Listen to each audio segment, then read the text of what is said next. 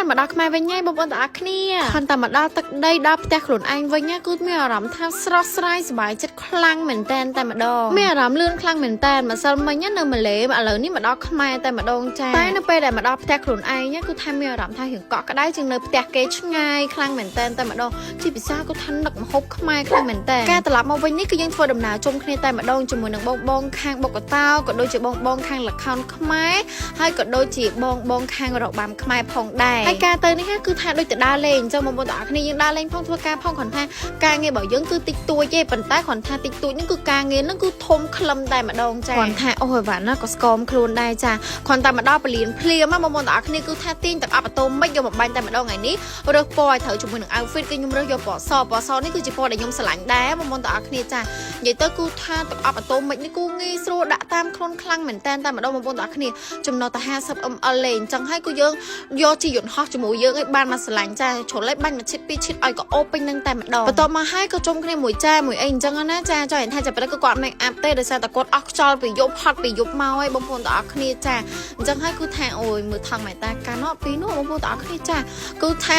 ចា2ថង3ថង4ថងហ្នឹងបងប្អូនទាំងអស់គ្នា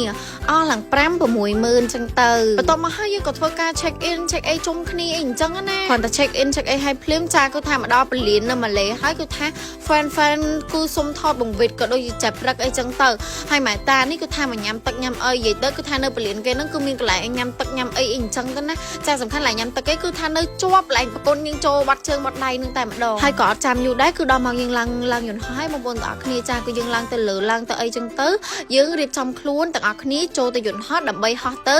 ផ្ទះរបស់យើងវិញទៅដីរបស់យើងវិញចាអញ្ចឹងហើយឥឡូវនេះគឺថាបានមកដល់យន្តហោះបងវិតគាត់និយាយថាអញ្ចឹងគាត់គឺជាកម្មករចាកម្មករខ្ញុំស្ដាប់ហើយរឿងភាំងគាត់ថាកម្មករបេះដូងរបស់ចាព្រឹកចានិយាយទៅគឺថាស្វីតញាក់សាច់ប្អូននៅក្បែរនេះគឺថាអៀនឡើងញ័រខ្លួនអស់ហើយចានិយាយទៅស្វីតណាឃើញគាត់គំរើយមួយគ្នាអញ្ចឹងតែពេលគាត់នៅពេលខ្លះស្វីតឲ្យខ្ជូតខ្លាំងមែនតែម្ដងតែមកដល់បានមកស្ទូគឺថាគេយកអីយើងញ៉ាំអីយើងចង់ញ៉ាំអីចឹងទៅចាតោះមកនាងខ្ញុំនេះឲ្យតែរឿងញ៉ាំគឺថាទុកចិត្តលើខ្ញុំទៅលេខ1ហ្មងចាគឺថាដឹងញ៉ាំហើយចាញាត់យកញ៉ាំមួយឆ្អែតបងប្អូនបន្ទាប់មកហើយគឺខ្ញុំចង់ប្រាប់បងប្អូនទាំងអស់គ្នាចា